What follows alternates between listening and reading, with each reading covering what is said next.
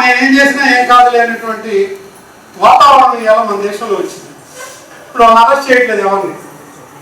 7 సంవత్సరాలు శిక్షలు పడేటువంటి సెక్షన్స్ లో బెయిల్ పోలీసు వాడికి ఇవ్వమని చెప్పేసి చట్టం చేసింది.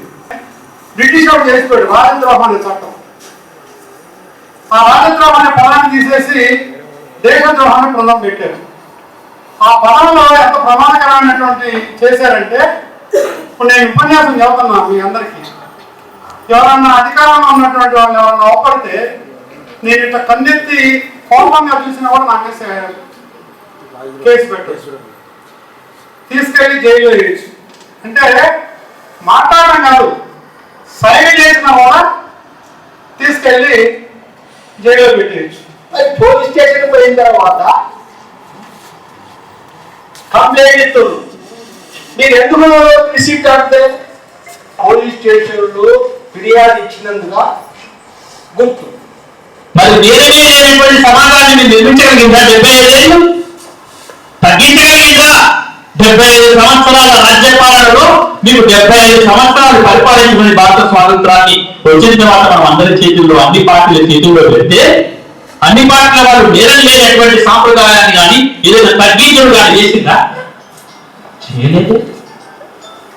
రేపు చేసినోడు పార్లమెంట్ ఉంటాడు, దొంగతనం చేసినోడు పార్లమెంట్ లో ఉంటాడు, 2 భార్యలు 3 భార్యలు జరిపేసినోడు పార్లమెంట్ లో ఉంటాడు. అందరూ వాళ్ళే ఉంటారు. ఇక మీరే న్యాయం చేస్తారా మాకు? విషయం చూడండి, ఉద్వేగాలు, ఎమోషన్స్ పెంచి వాటన్నిటిని పెంచి మన దగ్గర పేదరికాన్ని పెంచి మన లోపల నేర ప్రవృత్తిని పెంచి మనం ఇవన్నీ చేసి ఇక ఇది తక్కువ అంటున్నాం. ముందు నేను అనేది పాలనని, రాజ్యాన్ని ప్రశ్నిస్తున్నాం. ఏమని ప్రశ్నిస్తున్నాం అంటే, మేము బాగుపడే విధంగా నువ్వు సంక్షేమ పథకాలని, మేము ఏ లొల్లి పంచాయతీలు లేకుండా, మేము ఈ విధంగా వచ్చి ఈ సభల్లో మాట్లాడకుండా, మాకు అవకాశం లేకుండా నువ్వు పాలన చేయి. జూలై 1 నుంచి కొత్త చట్టం వచ్చింది. జూలై 1కి వెనుక చేసిన వాళ్ళు, అంతకు ముందు చేసిన వాళ్ళకేమో పాత చట్టం. జూలై 1 తర్వాత చేసిన వాళ్ళకి కొత్త చట్టం.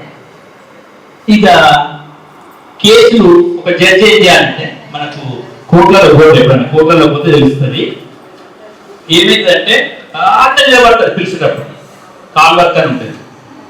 గులాబ్ 1.5 గులాబ్ 10 2 3 4 5 ఇట్లా డేట్ ఇస్తాను. కేసులు ఏం న్యాయస్థానాలు పరిష్కారం కావు, నిలబడాలి.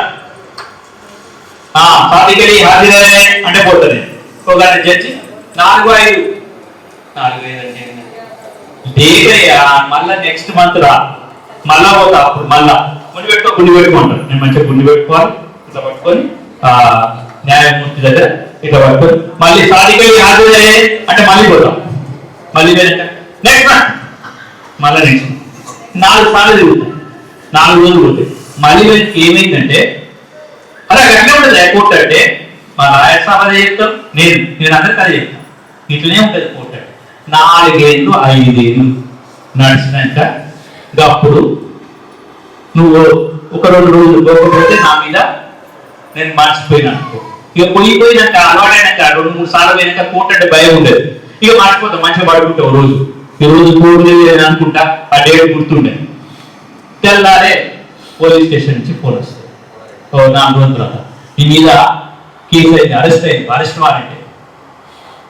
దేవుడు అరెస్ట్ వారెంట్ అయితే మళ్ళీ 2,000 రూపాయలు పట్టుకొని పోయి ఆ లాయర్కి ఇస్తే, ఆ లాయర్ రికార్డ్ పిటిషన్ పెడితే, ఆ రికార్డ్ పిటిషన్ పొద్దున 10:30 పోతే మరి ఇవన్నీ పట్టించుకోవాలి. ఈ న్యాయస్థానాల గురించి, ఈ న్యాయస్థానాల తీర్పుల గురించి, ఈ న్యాయస్థానంలో జరిగే ప్రక్రియ గురించి మాట్లాడవలసిన ప్రభుత్వం ఏదో 10% మీకు అవసరమైన చట్టాన్ని మారుస్తారా? కాదు.